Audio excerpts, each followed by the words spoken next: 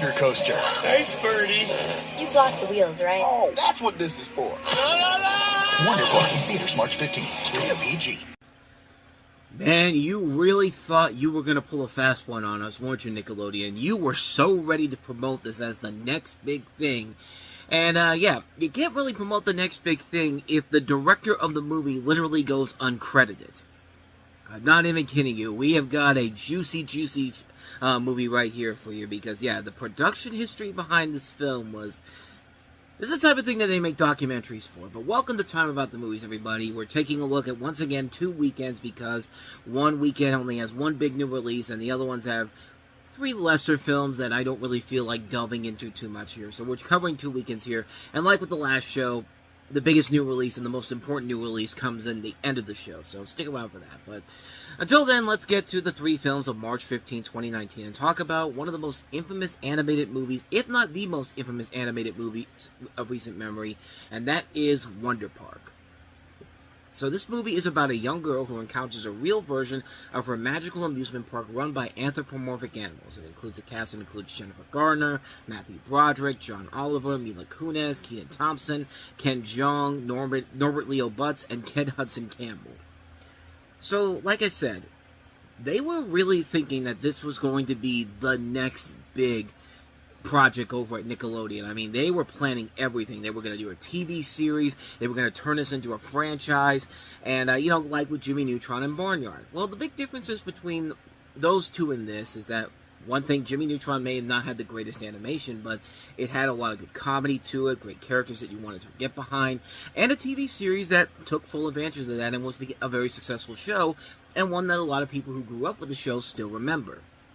Barnyard, while it wasn't as great as that, definitely had a lack of animation and comedy in particular, but it was so confident in its bizarre what the hell is going on this, where that franchise took off on its own merits, even if the shows in the movie was never that great in particular. I mean, the fact that the male cows have udders, which male cows don't have udders, that's the females, like, it just, I mean, it's one of those things where it's just like, it makes no sense, but in a way, it kind of works for people who love troll humor, or humor that knows it's stupid but just goes along with it.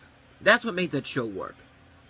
This is one of those things where they tried so hard to make this the next big thing. I mean, like I said, they were planning to do everything they could to get this out there. I mean, they thought that they were so confident that this was going to be the next big thing. Really. This right here.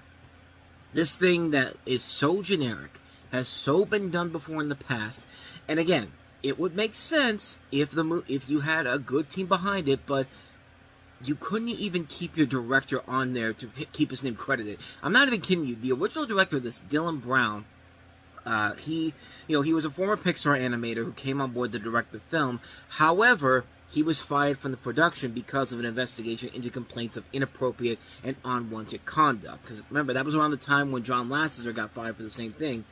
Which, considering this is Paramount, they probably would have kept him on there in this new Paramount era that we have here. But so they basically brought in these different directors to come in here. They offered the directorship to multiple key creative personnel, but they refused, fearing the field would be detrimental to their careers.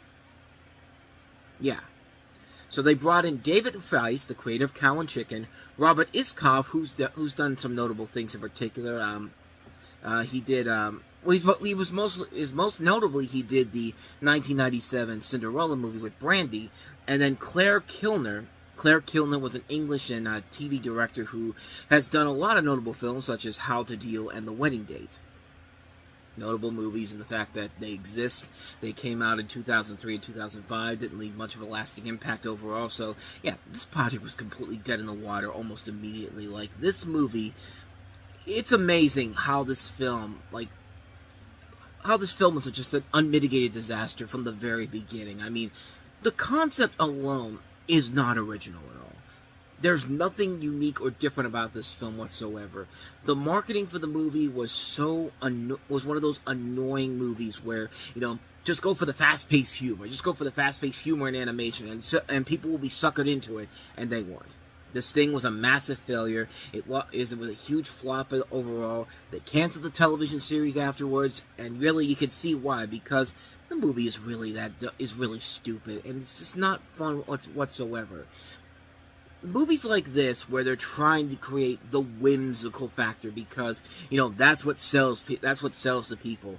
You can tell that there was zero effort put into creating a magical, whimsical story that hasn't been done before, or something that is fun on its own merits, and it just was not here with this movie. It's a film where everything that you've seen has been done to death before. There are no likable characters in this whatsoever. The voice acting is pretty lazy. Everybody is not even acting. They're just doing their own voices. Like, it's just one of those things where there is zero effort being put into this film on so many levels. And to think that they thought that this was going to be the next big thing, and it wasn't. I mean, this thing is a mess. This is an unmitigated mess of a movie. It's a disaster. It's a terrible movie. The animation is way too over the top and ridiculous, and it makes no sense. I mean, it's a bad movie. It's so, like I said, it's bad when you can't even get a proper director to be credited for this. When nobody wanted to be a part of this movie.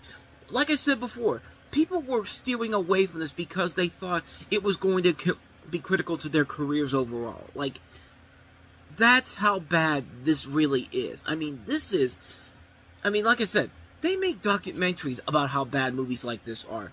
And I think when we get to the 10-year anniversary of this in a couple of years' time, we're going to get that documentary about the troubled production that this movie had. Because I can't imagine this thing had a easy production process where the director was fired and you couldn't get anybody else to fill in, or even want their name credited for this. Just, I mean, wow, man, just unbelievable how this movie just completely fell off the rails so quickly. I mean, like I said, this has to be one of the most chaotic productions in animation history. I mean, like I said, this is prime for a documentary down the road here. Even if it has to be on Netflix or something like that, I'm pretty sure we're going to definitely see one of these in the not-too-distant future, because there has to be something here where it's just like, there has to be stuff from people behind the scenes that have bad memories of this. Like, I mean, it's a terrible movie, and I mean, it'd be fine if it's just that, but the fact that this thing has had so much problems behind the scenes, this is primed for a documentary in the not-too-distant future, man. And I, for one, am very curious to see what happened behind the scenes for this, because this has to have some juicy stuff behind that, So anyway, that's Wonder Park for you. So let's go ahead and move on to another movie, another disaster, not really on the production scale, but just the fact that, hey, we're still on that let's rip off Fault in Our Stars era, because here's another movie that's trying to rip that off, and that is 5 Feet Apart. You're brave. Wish I could touch you. Are you in? So, 5 feet apart. Hey, one more feet and you can have a distance between you and COVID-19. Just saying. But, yeah, you wouldn't expect anything this much of a Fault in Our Stars ripoff from somebody who directed what is inevitably a Fault in Our Stars ripoff in Justin Baldoni, who gave us It Ends With Us. So in this movie, you have, it's inspired by the story of Claire Wineland, who has cystic fibrosis. And in the film, Haley Lou Richardson and Cole Sprouse play 2 young patients with cystic fibrosis who try to have a relationship despite being forced to stay 5 feet apart from each other. And yeah, this is about as let's rip off The Fault in Our Stars as much as we can, because it's literally that type of a movie. It's a film that is so lazy and so poorly put together, in the sense that, we're trying to be. Here's the thing. They try to make it seem like it's an original thing, but it's coming within 5 years of The Fault in Our Stars. And you had all these different movies that were trying to copy that, and most of them failed miserably. Sometimes you got a good one like Paper Towels, but then you got stuff like, what was the one with Bella? There was one with Bella Thorne. I think it was Midnight Sun. Yeah, it was Midnight Sun, because it was also with Arnold Schwarzenegger's son Patrick in it, and that was terrible. And this one is about as lazy, and I'm sorry, the dialogue in this movie is fucking terrible. I mean, the opening bit of that trailer where where the guy is, where the main kid is talking about how beautiful the other woman is, and she's just so smitten by it. It's just like, you could say that to anybody.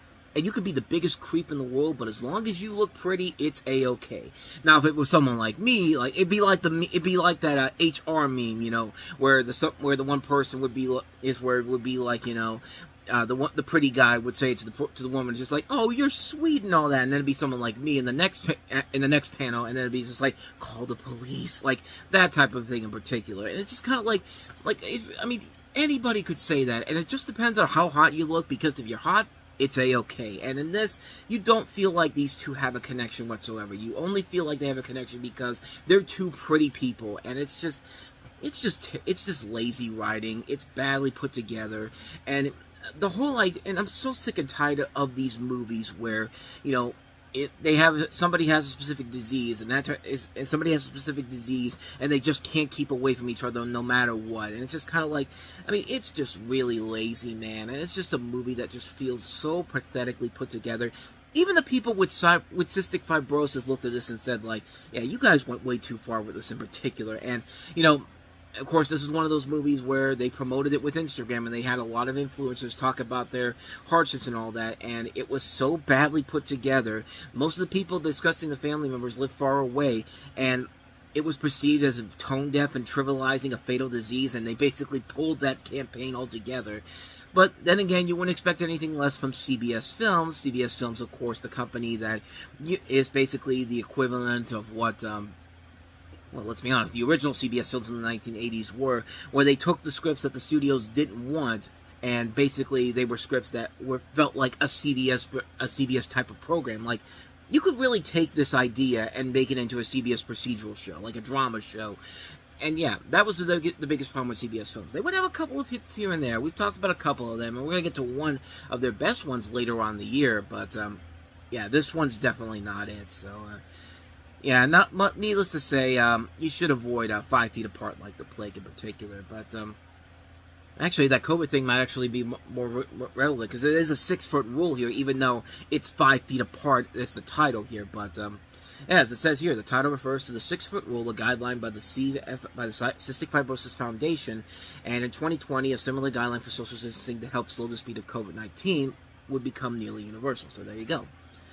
So let's go ahead and move on to our next movie here, and that is a film that I honestly completely forgot about, to the point where I didn't realize that it was directed by the same guy that did Rise of the Planet of the Apes. This is Captive State. Poverty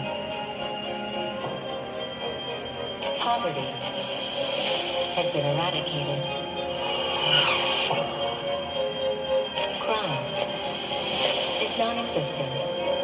It's funny because this will eventually happen as long as Trump is still president. Just saying, but and I'm not too far off, because this takes place in the year 2027. So who knows? Next year this could be the reality here. But except the fact that in this case it'd be real life. But in this movie, it's about a young man played by Ashton Sanders who conspires to rebel against an alien race that has invaded Earth and imposed martial law on humanity almost a decade earlier. The decade being 2018. And yeah, this is directed by Rupert Wyatt and features a cast that includes John Goodman, Vera Farmiga, and Jonathan Majors' pre-generational fumble career. I mean, this guy was a great actor before he completely fucked himself over big time. But you have a cast that also includes Alan Ruck, Kevin Dunn, James Ransom, Kevin J. O'Connor, Kiki Lane, D.B. Sweeney. And the idea overall is a very intriguing idea in general, but... you know, let's combine a sci-fi adventure with a political thriller. I mean, that's a cool idea, but like with a lot of original sci-fi concepts like this, it's an idea that's ambitious on paper, but the final product does not really fall into that category in particular. It ends up being very underwhelming. It doesn't really go into what this type of a movie could be, and because of that, yeah, this is one of those movies where it feels like they have an idea. It's trying to be like kind of the equivalent to District 9, but again, can't really figure out the right way to tell it where it's something where it could last forever. Like, it'd be something that we'll look at 10 years from now and see, like, oh, they said it first, they called it ahead of time, and no, it's not really that whatsoever. And, you know, I think John Goodman really is one of the stronger things about the movie. I mean, he's a great actor regardless, and he does he does give a good performance in this overall, as does everybody else in here, but if the script had been much better handled, if there was more of an identity of what they wanted to do, I feel like this could have been something incredible here. But unfortunately, this is just another movie from the director of Rise of the Planet of the Apes, where it really does show that maybe Rise of the Planet of the Apes was just a lucky break for him, a lightning in a bottle moment, because look at the films he's made since then. The Gambler, the Mark Wahlberg remake, which was not that great, this movie, and then more recently he did the infamous Desert Warrior, which, you know, if you don't know about that movie, that's the movie they spent $150 million on in producing it in Saudi Arabia, and didn't even bring back $1 million. It brought in only $733,000, and yeah, one of the biggest flops of all time, and if you saw the movie, you would probably see why, because it's a pretty bad movie. I haven't seen it, so I can't really say for certain, but I've heard a lot of people say that it is terrible. And, I mean, is anybody really going to go out there and to defend Desert Warrior? I know Anthony Mackie got a bad break with Captain America Brave New World, but that was at least trying. This movie did not. I mean, I'll tell you, when I first saw this in Walmart a couple of weeks ago, I had no idea that this had the infamous history that it had as a $150 million budgeted movie like this. I thought it was just another one of those Walmart direct-to-DVD movies where, you know, you see it in there and you think to yourselves, there's no way this movie is real. Get out of here. And no, it was very real with a $150 million budget. And, yeah, it did not do what they thought it was. So, this is supposed to be a review of Captain State. I'm talking about a much different movie by this guy, but bottom line, Captain Spade is an ambitious idea, but just lackful in execution. So anyway, those are the releases for March 15th. Not a very good week in particular, and you can see why it's the infamous day. It's the bad luck day for Denzel Crocker from the Fairly Odd Parents, because, I mean, let's face it, if I had movies coming out on the same day as one of the worst days of my life, I would feel that way too. But next week will definitely be better, because we have our last movie here, and that is Jordan Peele's long-awaited follow-up to Get Out. This is Us. It's us. They won't stop until they kill us. Or we kill them. Jordan Peele's Us, rated R. Oh, Jordan Peele, we need you now more than ever, because last week was rough, but you came in here and you gave us a movie that not only is as good as Get Out, but it is a movie that is probably even better than Get Out. And that's saying a lot, because I love Get Out, but this movie, I mean, this movie shows you what Jordan Peele's capabilities are as a filmmaker, and that, you know, unlike Rupert Wyatt with Captain State, Jordan Peele is not a one-trick pony. This guy unleashed his dark side and has created some pretty damn good movies as with his first 3 films as a director, and this definitely is one of them, if not probably overall his best one, in my opinion. But in order to get away from their busy lives, the Wilson family takes a vacation to Santa Cruz, California, with the plans of spending time with their friends, the Tyler family. On the day at the beach, their young son Jason almost wanders off, causing his mother Adelaide, played by Lupita Nyong'o, to become protective of her family. That night, 4 mysterious people break into Adelaide's childhood home where they're staying, and the family is shocked to find out that the intruders look like and talk like them, only with grotesque appearances. And as I mentioned, Jordan Peele certainly made his presence known in Hollywood after a decade of mostly comedic stuff with Mad TV and Key and Peele, and he's expanded in a way that I don't think anybody really saw coming at all, beginning with the unexpected success of Get Out. Not only was it a big hit, it was a critical success, financial, and a movie that won him the Academy Award, and rightfully so. It was smartly written, a uniquely directed horror comedy with great visual style similar to Hitchcock, a strong cast, great cinematography, a great balance of not just horror but comedy and drama, and a good social movie in particular, talking about the social injustices in society, pretty much. So, Jordan Peele now gets free range to do whatever he wants to with his follow-up film, and usually that's a bad sign when you give somebody that much free range early on. And, you know, what does he do with that golden opportunity? Creates a movie that's about as good, if not better, than Get Out is. I mean, this is about as good as you can get, man. What a way to start your directing career off, man. I only say that because I think Phil Lord and Chris Miller are the definitive directors of this decade, and Peele, if they let him continue to cook like this, he really is somebody that right now is on his way to becoming one of our great directors, as he did with Nope a couple years later. And like with Get Out, Us creates genuine horror with comedy and subtle issues and storylines to create a new horror classic. Like, even for people who don't like horror all that much like myself, I mean, like I said, man, the whole decade in particular, starting around 2015 with stuff like The Gift and all that, I mean, actually it's been more than that now when you think about it, because the first Insidious movie back in 2011 kind of started the idea of taking the generic horror movie and actually doing something with it and making some great films. Which is funny because Insidious Out of the Further just came out this weekend, and I'll tell you that it really feels like the complete opposite to where the Insidious franchise started off with, where it's now the Insidious movies that look like the generic horror movies of back then, unlike the past where Insidious, the first one was the groundbreaker back then, but But yeah, this whole decade in particular has been a resurgence for horror in general, where the biggest horror hits out there are these god-awful Screen Gems tween remakes of generic horror shit, and we've actually gotten legitimately terrifying and scary movies that are doing things the right way. They're not pandering down to audiences or relying on cheap-ass jump scares. They're creative, effectively thrilling horror that works.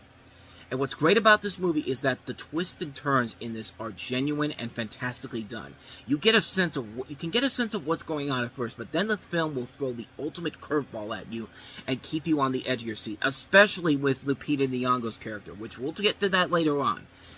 I like movies that do that. I like the movies that keep you on your toes, make you think about what's going on and how this can all be, instead of just flat out pushing it out of the gate for you, and then they drop the biggest anvil on you and a twist you don't see coming. More movies need to do stuff like this.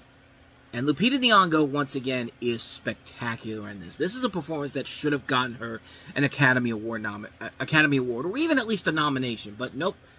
Because it came out in March, the Academy's just like, duh, we only look at, there's only 4 months of the year, so we're not even going to bother, nominating movies that come out in August in the past. Like, this was back when they did that, folks, so, like, I'm glad she's getting more work, too, because because there was that fear early on when, she won the Oscar for 12 Years a Slave. She might kind of peter out and be kind of a Lou Gossett Jr., or take the Ariana DeBose route if you want to go down that route, but ever since then, she's still been working nonstop. Queen of Katwe, the Star Wars movies, The Jungle Book, Black Panther, hell, more recently, The Wild Robot. Excellent film. I mean, she's doing very good right now, and she's one of our greatest actresses working right now. You also got a great cast overall. Winston Duke is great as Gabe. Shandy Wright and Evan Alex as the kids are good. Elizabeth Moss has a good role in here. So does Tim Heidecker. Yeah, I hate Tim and Eric, but hey, guy was actually pretty good here, and again, shows that, you can work in comedy all your life, but as long as you can prove that you can be a good dramatic actor, we will more than buy into it. But again, what makes this movie more interesting is how they take things and they make them all the more sinister. You're never going to be able to listen to the song I've Got Five on It again the same way after watching this. And I'm not even kidding you, the way that they actually have parts of the story making references to Hands Across America. Like, it's funny because when you listen to that song, it's a catchy song, and the message back in 1986 when they did it was a good thing. Let's all come together, let's put our hands together and sing Hands Across America to stop poverty and all that. And like, it's a song that is catchy, but after watching this movie, no joke, I listened to that song just before I went to go see this movie, having no idea that it played a part in the movie. And let me tell you, once you hear that song and the way the movie goes forward, and you start to realize what the overall goal of that song was, you will never listen to that song the same way ever again. Like, as someone mentioned in a comment before this, and I didn't know this until listening to the song again, one kid literally says, "I'd like to have a home with no people, just us." So yeah, take that for what you will. You're never going to be able to listen to Hands Across America the same way ever again. But really, upping the tension and mystery with its premise, giving you a good twist at the end that you really don't see coming. Us is another winner for Jordan Peele. It's one of the best movies of the year. It's, again, what made Get Out so well. Great storytelling, excellent acting, great thrills, horror elements combined with some brilliantly subtle dark comedy, and keeping you on the edge of your seat with each new layer of the story that unfolds. This is a film that needs to be watched multiple times. This is one of the best movies of the year, easily. A great film overall. Jordan Peele, I mean, he can do whatever he wants, and we'll be there right there when it opens up, man, because it's just great, man. It's a great film. It's a classic. It's a terrific film. Like, what more can you say, man? Us is just pure brilliance. Couldn't said it any better there, so there you go. That's Us. And so, with all that said, we wrap up another episode of Time About the Movies, and we'll wrap up next March with not another double episode, but we have 3 notable movies for the weekend of March 29th, including Tim Burton's remake of Dumbo, the live-action remake of Dumbo, a bizarre idea, and it almost becomes a live-action remake that actually is worth it because they are doing things differently, but the problem is, the things they do differently or a mixed bag. Sometimes it works, other times it's not. And there's a specific young girl in this movie that I've talked about in constant lengths on this channel, and also in the reviews I did for this, where she talks about one thing in particular but can't say it as a normal person. But all a good time. We'll get to that tomorrow with Dumbo. We'll take a look at the Pure Flix Planned Parenthood. Planned Parenthood's a Bad Thing movie, Unplanned. So I think you can get an idea of how that movie's going to turn out overall. There's a movie that I didn't realize came out, but it was a notable hit, Hotel Mumbai, so we'll take a look at that. And we'll also take a look at The Beach Bum with Matthew McConaughey. It is with Matthew McConaughey, isn't it? Of course it is with Matthew McConaughey. Why wouldn't it be? But it's also got Snoop Dogg, Idol Fisher, and also Jimmy Buffett in his last film performance. Not to mention Zac Efron and Martin Lawrence. So, it's also directed by the person who did Spring Breakers, too. So, yeah, that could be fun. So, overall, we've got 4 films to look at here. We'll look at Dumbo, Unplanned, Hotel Mumbai, and also The Beach Bum. So, we'll take a look at them tomorrow, and I hope you will join me for that. But with all that said, thank you so much for watching this. I hope you enjoyed it. If you did, please go ahead and do me the honors of hitting that like button, that subscribe button, and that notification button. Also, don't forget to check out our playlist, and don't forget to check out the previous episodes we did. So with all that said, whether it's in the past, the present, or the future, I will see you at the movies. Take care. Bye.